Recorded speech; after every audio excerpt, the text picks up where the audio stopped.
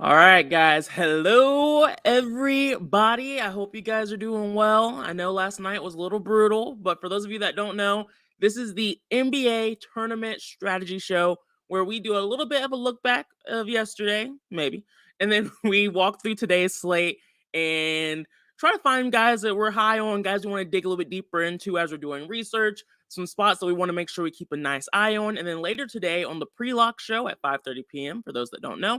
And that's for only VIP members. We work on the implementation, who we're boosting, who we're getting leverage, who we're going to cap our exposures to, and make sure that we're ready to go for the slate.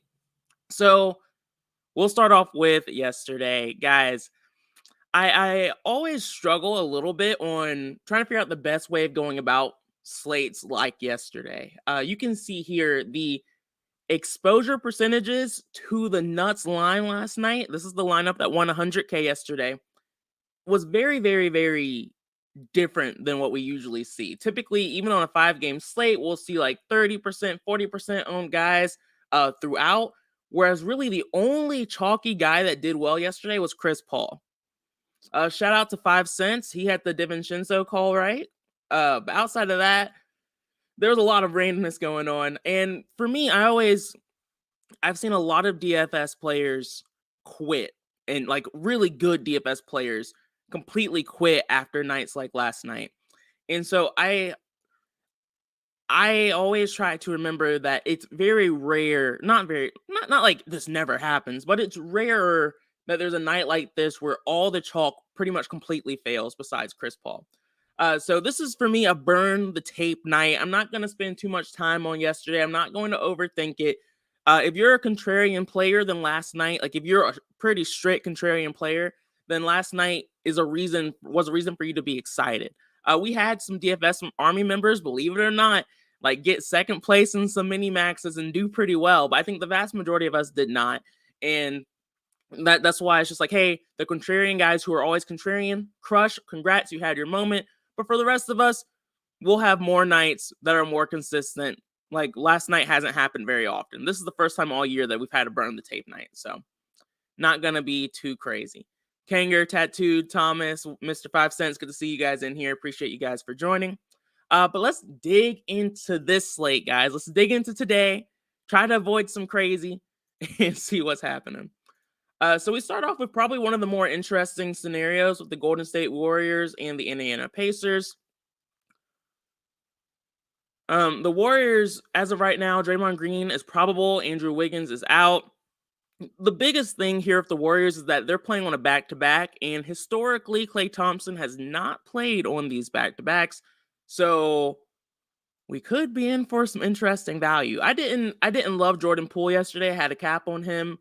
I didn't love most of the Golden State Warriors, but I do like this spot for them, especially if Klay Thompson is out. If Klay is out, then I'm going to be more interested in Steph, Poole, guys of that degree are really going to be the guys that I care about the most. And a lot of that is because the Bucks are still allowing a ton of threes. We talked about it yesterday. Didn't really matter for us, but today is a different day. And so I'm definitely more than happy. Not the Bucks, but the Pacers are a team that we can attack from an offensive standpoint. And so I'm definitely more than happy to go back to attacking them here. And so on Underdog, it says literally Klay Thompson is unlikely to play. So that's kind of the thought process that I'm going with. On the Pacers side of things, Duarte is still out. No real injury news, to be honest with you. But we can also attack this Golden State Warriors defense. So I think we can definitely look at guys like Tyrese Halliburton in this spot. Tyrese Halliburton is really the only guy that is interesting to me, to be really honest with you. But outside of Halliburton is also my guy, Miles Turner. You guys know I love Miles Turner. The Golden State Warriors are improving defensively, especially when they're playing at home, which they're not doing today. And so as long as they're playing an away game, I'm more than happy to attack them with Tyrese Halliburton and Miles Turner. Again, this is a pretty large slate, so I don't know how much I'm going to like Miles Turner and Tyrese Halliburton to the rest of the guys that we're going to want some exposure to on this slate, but I definitely find it interesting for sure. Smokey, good to see you, man. Good to see you. Don Juan said, "Tears night for me. These prices way too high. They need to cut it." That was good. That was good. Yeah, these prices are pretty tough, especially with guys like Curry. Ideally, we'll have some value because we are in desperate need of it as of right now. And we'll go through the injury news. There's some big names like Trey Young and Bradley Beal, but there's not as much as we would like to see. D'Angelo Russell is questionable too. Of course, I'll repeat that when we get to that game, but there's some names that could create some value. So I'm not too concerned yet, but if we don't see any, then yeah. Louise said Ayton killed my takedown last night. Holy crap, did you almost have one, man? That would have been awesome. I'm sorry it's weird. Like I want to say like, oh, Ayton, he was injured. That's why he was bad. No, he was just bad yesterday. So that was tough. That was tough. I'm sorry, man. 5 cents. If Halliburton is on Curry, then lock them to no D at all. Yeah, it could be a ping pong back and forth. So yeah, the pricing is gonna be what makes it tough, but I'm cautiously optimistic we'll be able to find some value here. Darius J said Kaminga. Kaminga is always viable at this point. He's had some big games and he's been breaking some slates. He should join the starting lineup here too, which makes him even more interesting. I think he's definitely GPP viable here. Kevin Looney as well. Let's see. Anyone else stand out for me? Not a ton. Not really. So we can move on. I think we'll see a lot of GPP viable plays from that game. It's one of the higher totals on the slate. So it's going to be interesting. All right. Ken you said LaMelo Ball upgraded to questionable, on track to play. Of course he is. Of course he's on track to play. That's good for him. Good news for LaMelo Ball. Let me see. I'm just verifying that. I trust you guys, but still want to make sure we're up to date there. And yeah, that literally just came out that LaMelo Ball is questionable from Underdog. So yeah, it's gonna make things interesting. Mark Williams is out for the Hornets. Gordon Hayward is out still. Dennis Smith Jr. is out, and then Cody Martin Jr. is out. LaMelo Ball being questionable now. That's an upgrade. This is a pretty soft matchup. That's interesting. That makes them slightly more interesting. On the other side of this game, the Pistons, they have Isaiah Livers out. And then, of course, Cade Cunningham is going to be out for the rest of the year with his shin injury. So this is a team that, with LaMelo coming back, I'm a lot less interested in from a usage standpoint. I think PJ Washington is still interesting from a GPP standpoint. He's going to be pretty, or it looks like he's going to be pretty popular today. But I am worried. LaMelo Ball coming back really concerns me for this team. It makes Kelly Oubre a lot less interesting. Terry Rozier. It just makes all of the Hornets plays that were looking like guys we're going to have a good amount of exposure to less interesting. Now, I'm definitely still going to have some exposure to these Hornets guys because the Pistons are god awful defensively. It's just I'm probably not going to have like these 18, 23, 27% numbers. They're going to be slightly lower since it's just not as good. The price tag on Rozier scares me a little bit too. Like it's right there close to LaMelo. I think PJ is probably going to be the only guy that sees a ton of action for me at this point. All right. And then on the other side of things, the Pistons, I wish they had a big I could trust, you know?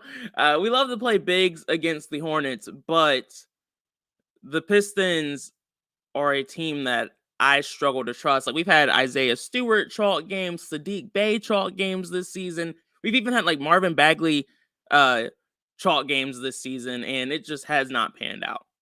So ultimately, not a game I'm super excited about. I think it's safe to move on. I'll let the DS decide my fate with that one. All right, guys, this is a big one. Trae Young is questionable. That's big. Clint Capella appears, it looks like he's going to be healthy. Bogdan Bogdanovic, not on the injury report. John Collins is still out. DeAndre Murray is still out. There's some questions in here. Let me make sure I'm not missing any. Clay and Wiggins out makes it nice. Yes, especially like that's the price tags are tough still. Like it's not like we're going to have a ton of value from that game per se. We'll have some value options and pivots, but I don't foresee a ton of value being like core plays today, unless we get some of this good injury news. Thomas said maybe Jalen Smith. Yeah, maybe. Like I think he will stay in my player pool. Like I'm not going to take him out. Ken, you said Hurts, Oubre, and Rozier for sure, for sure. We don't know how many minutes LaMelo is going to play, so it's not to the point where it's like I'm going to X out Rozier and Oubre, but it does make it so that they're definitely not going to be a top priority for me. Rozier and Ball love each other. Yeah, very true. And Rozier still has a ton of upside too tonight. Like it doesn't mean that we're taking them out of our player pool. It just means that literally Rozier and Oubre will have a usage hit. And Rozier's not in like his 6 to 7 price tag range where he normally is when LaMelo Ball plays. So Rozier's going to have to be super efficient if he's going to take down a tournament for us tonight. Bogdanovich brothers take it down today, LOL. You know, Luis, it kind of feels like that a little bit. It really does. You're not wrong. Don Juan said, what is the probability of the value failing in NBA in the terms of capping your value for a leverage player, backing off the chalkiest players? What is the probability of the value failing in NBA? Or in terms of capping your value for a leverage player? Yeah, so you see on the pre-lock show, if there's just in general players or value that I don't like, I'll lower my exposure to them and put a max on them. I don't think I don't have an exact probability percentage for how often value fades, but I do know just based off the way that I play and what's worked for me over the last few years, is pretty much like the vast majority of the time I'm going to have exposure to the chalk, and I'll have I'll probably be over the field on the chalk, and then I'll still have my leverage players where uh if my core doesn't do as well, I've had nights where my leverage plays can still carry me to a profitable night. Now, when my core plays and my leverage plays are all working together in unison, that's usually when a takedown's happening or something close to it. Jimmy Hayes said, good morning, DFS Army. I have won many low stakes games, but when I move up, I get smashed. Any advice? That's, I would want to know where, like, how low stakes you are, and then, like, are you playing in, like, the 10-cent dime games, and then you're moving to, like, the $4, or are you doing, like, the $4, and then you're moving up to, like, $150, $200 high stakes games? People have different definitions for it, and then there's different strategies for each. So let me know, man. You can always DM me as well, and we can talk about different strategies for that. 5 cents said, yeah, keep dominating and don't move up, LOL. Yeah, that's definitely a strategy too. I do always say that when you get to the point where you can afford it and you have seen consistent results moving up. So like I was pretty profitable when I didn't have a ton of money. And then I started having some takedowns, and I started to really, really see a life change when I started playing like the 153 max more consistently, the $200 3 max more consistently. And that's what really made DFS more long-term profitable for me. So it just depends on where you're at in life and how much you're winning, how much you're not winning. I wouldn't jump up randomly because you had one good night. Just a lot of things to talk about. Dunwan said, with Clay and Wiggins out, best get Indiana scores in your lineup. Yeah, like Halliburton and them, like they're definitely going to be interesting tonight for sure. That game, like I mentioned, has one of the highest totals on the slate. It has the highest total on the slate to be exact. Definitely going to want some exposure to that game. And I'm sure we will. I don't even think we're going to have to force it a ton, to be honest with you. All right, so back to this. Trae Young is questionable. That's probably the biggest news in this game, maybe on the slate. As a reminder, John Collins and DeJounte Murray, they're still out. And so pretty much the breakdown in usage when DeJounte Murray and John Collins are off the floor, Trae Young has a 41.8% usage rate. Freaking insane. And then next up, Bogdan Bogdanovich has a 30.4% usage rate. Those are numbers we want to attack.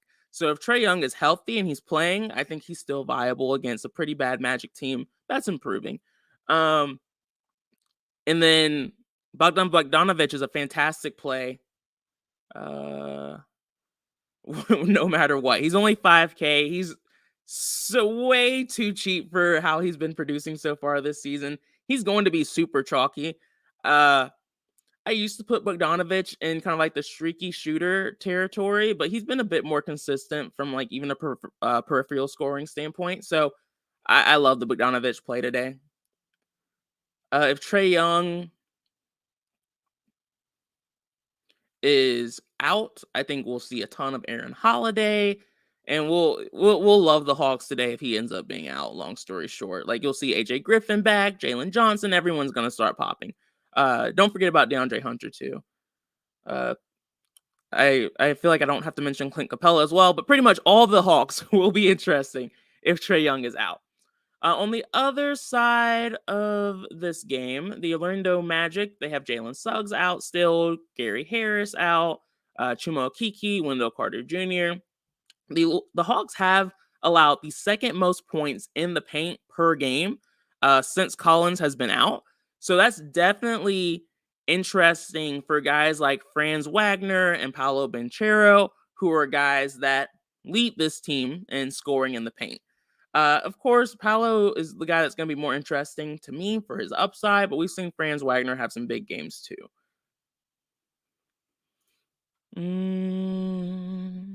Outside of that, like you don't want to forget about Moritz Wagner, but I'm not really too excited about most of the other guys in this game, so I'll just let the DS decide outside of like Paolo and Franz.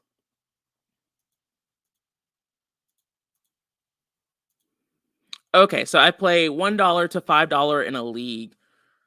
Yeah. Okay. So yeah, like when you pay up that side of things, it's honestly not that major of a difference. In a league in particular, I don't play in leagues, so I don't have as much experience there. So there might be more of a difference that I'm just not recognizing. But typically when you go from like $1 to $5 in GPPs, usually the pool size is slightly smaller. So I think it's just kind of like bad luck more than anything, man. If I was you, you could try. Hmm. I would need to know what your current process is and things of that sort too, Jimmy. You can definitely DM me in Discord though, and we can figure it out a bit more. 5 Cent said, just because there's so many little things that matter a lot that it's hard to know what's actually going on with little information. 5 Cent said, "Is it just me or did Drew leave his brothers out? At least Giannis tried to help and keep them close." Yeah, yeah, like it was wild. 5 Cents. I'm not talking about yesterday, but it was wild. It was wild. Um. All right, Knicks and Bulls up next. There's actually some pretty big news on the Knicks side of things. Jalen Brunson is questionable, so that's definitely going to be something that we want to keep an eye on. Uh, Ryan Archididakono, don't know how to say that name, is doubtful. The rest of that news doesn't really matter too much. Now, if Brunson is out, Emmanuel Quickly and Miles McBride are the guys who have really been the backup point guards as of late. Those are the guys that should see a nice increase. Outside of those two guys who should see the minute increase, the guys who see the usage increase and assist rate increase are RJ Barrett and Julius Randle. No surprise there. So definitely some interesting pivots if need be. I think oddly, I mean, I think the Quickly, like I kind of missed when Quickly was like in the 3-4Ks. I didn't know he was 5,300. I don't think that's like an extreme value. He'd probably still be close to a core play though. So for me right now, it's like Julius Randle. I don't love the matchup, but if Brunson is out, I do like the usage increase, and he's been on a tear as of late. So it's gonna be really hard to not play Randle in this spot, especially if Brunson is out. Let's see. The Bulls are relatively healthy. Caruso is probable. Ao is questionable. Lonzo is still out.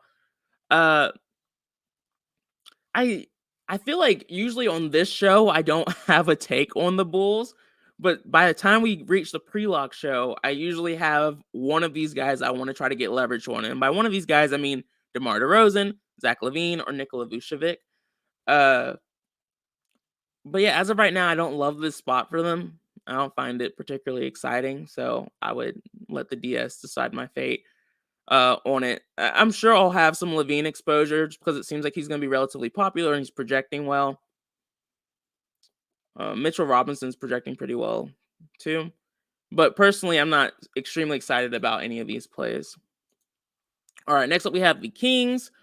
For the Kings against the Raptors, let's see. Injury news for the Kings is really just Alex Len. He's TBD. And then for the Raptors, we have Juancho Hergomez, likely to play. OG is out. Otto Porter is out. Precious is still out. This is a solid spot for the Raptor guys. Gary Trent Jr. should start here once again with OG out. Love this spot for Gary Trent Jr.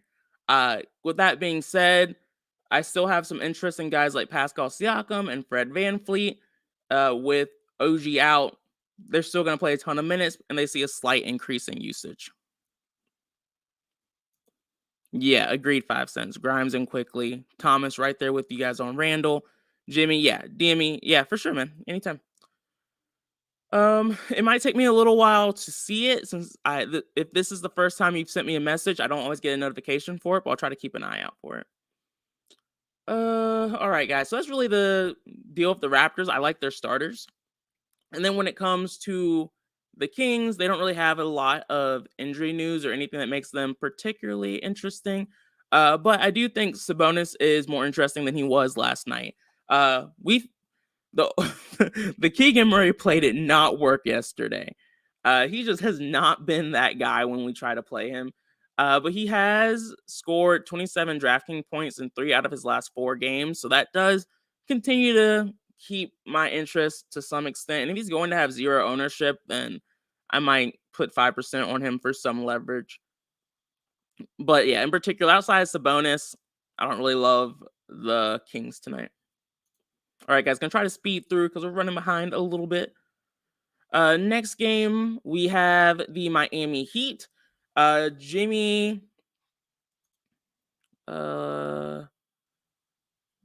Butler is out, and that's official. Tyler Hero is probable. Max Strus is probable. Victor Oladipo is probable. Gabe Vincent is out. Duncan Robinson is probable. Dwayne Dedmon is questionable. The Heat really need to do something about this injury report thing they're doing. Like, having everyone probable is ridiculous. Bam Adebayo, I feel like we play him on every slate. I get a really hard time, believe it or not. Every time I have Bam Adebayo as like a leverage play or a core play, people are like, no, don't play Bam. They're like, Josiah, again, you're going to make me have a snowflake. I'm like, Bam's been good this year for the most part.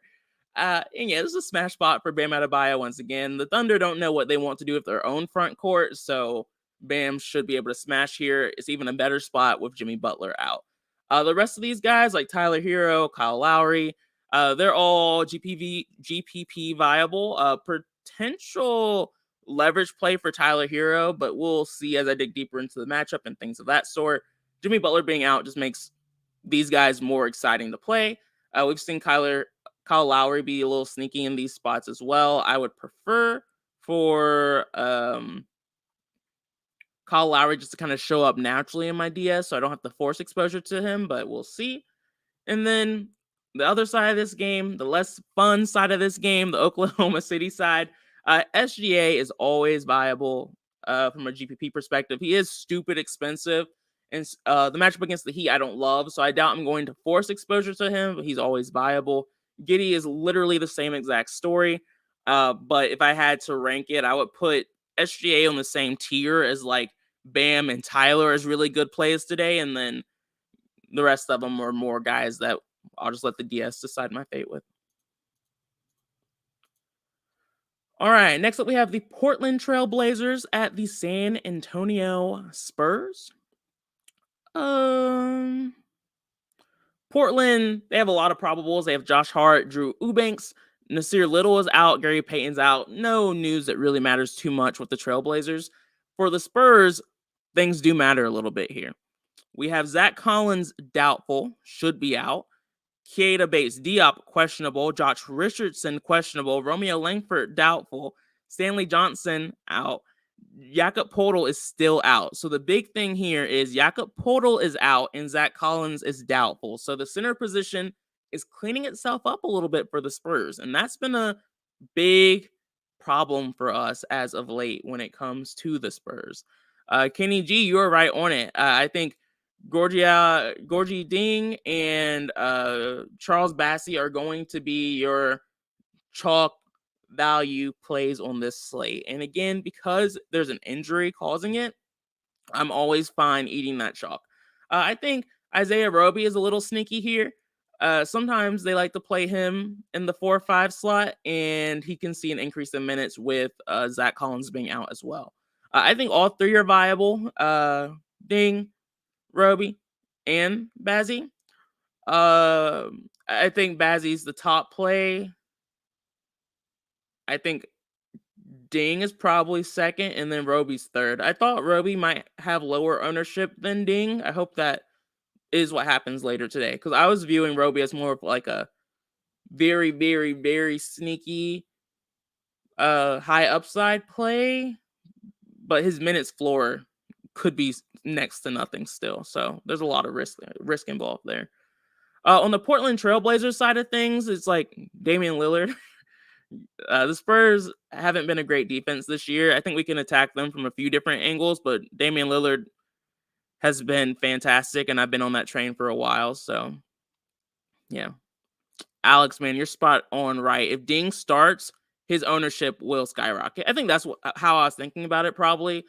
So we'll see. When does this game start? We might not know that by lock, but I hope we do. I would love to get that starting lineup early, but Popovich is weird with his minutes anyway. I will more than likely just have some ownership spread on all three, to be honest with you guys. Might create a rule, might not. They're cheap enough where probably two of them in the same line might still be able to get there. I'll need to look at the lines and dig deeper into them before the pre-lock show. Next up, we have the Cleveland Cavaliers at the Dallas Mavericks. So, starting off from an injury perspective, Maxi Kleber is questionable. Josh Green is out. Davis Bertans is available. On the other side of it, Dean Wade is out. Dylan Windler is out. Ricky Rubio is still out. So honestly, these two teams play at such a slow pace. I'm not super excited about having very much exposure to it. I think you can play Luka Doncic in any matchup. He is quite literally matchup proof, but that 12,600 price tag is making it harder and harder for me to want to bite the bullet. But he's a very, very easy leverage play at 7% and wouldn't take much. But full transparency, I'm just not super excited about this game for either side. It's literally like the worst matchup possible for both of them from a DFS standpoint. Could be a fun game to watch. All right, moving on. 2 more games left. We went from behind to now just slightly behind. Next up, the biggest news in this Wizards versus Nuggets game is really just that Bradley Beal and Kristaps Porzingis are questionable. They dominate this team from a usage standpoint. So when they're out, the usage moves to Kyle Kuzma and Monty Morris. And so they're really the two guys that we want to keep an eye on. But Monty Morris is also questionable, which is why there's a chance we will have to go back to guys like Kispert, Barton, Denny, Goodwin. Things with the Washington Wizards could get ugly today. I really do I hope we get this news early because I don't feel strongly enough about these backup guys to try to force some exposure on them just in case the news breaks a certain way. I don't love the Wizards, like from a DFS standpoint. They can be a little finicky sometimes, so I'm not a fan. With that being said, though, if Bradley Beal is out and if Monty Morris ends up being out, the Nuggets are god-awful against defending against the point guard position, so whoever ends up starting, at least they have a soft matchup. All right. On the Nuggets side of things, MPJ, Michael Porter Jr. is still out. I know Aaron Gordon and Bruce Brown underperformed their last time out, so a little tough situation there. I think Jokic is definitely viable in this matchup. If Porzingis plays, I doubt he'll be able to do much. Gafford won't be able to do much against Jokic. Fine spot for him, like most matchups. I'll want some exposure, but I'm not sure how much yet. I think I'm off the Jamal Murray train. I think. Yeah, exactly, Louise. If Bill and Porzingis are out, it would help Goodwin a ton. Goodwin has been crushing, but if they're playing, then I'm less interested in Goodwin. Barton revenge game. You're not wrong, Don Juan. You are not wrong. That's interesting for sure. Especially if they're out. Like, Will Barton probably is waking up very, very excited this morning. All right, last game on the slate. We have the Clippers facing off against the Minnesota Timberwolves. Karl Anthony Towns is still out. He'll be out for a little bit. The big news here is D'Angelo Russell is questionable. That is gigantic news for Anthony Edwards. You guys know I've been all over the Anthony Edwards train for a while now. I haven't understood why everyone's super excited to play everyone besides Anthony Edwards when Anthony Edwards is the best player on this team. I don't know if I'm going to try to force it today. At 9,200, his price tag is increasing. The matchup is not great. So I do have some concerns there.